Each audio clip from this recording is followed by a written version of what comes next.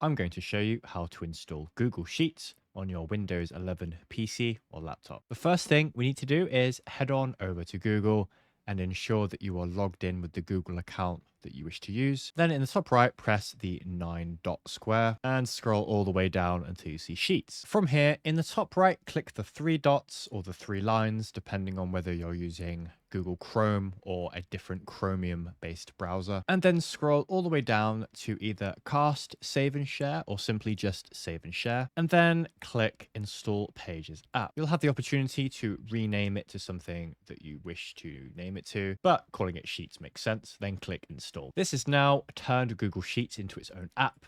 It's given you a desktop shortcut. You're also able to navigate down to the bottom and right click on the icon and then pin that to the taskbar.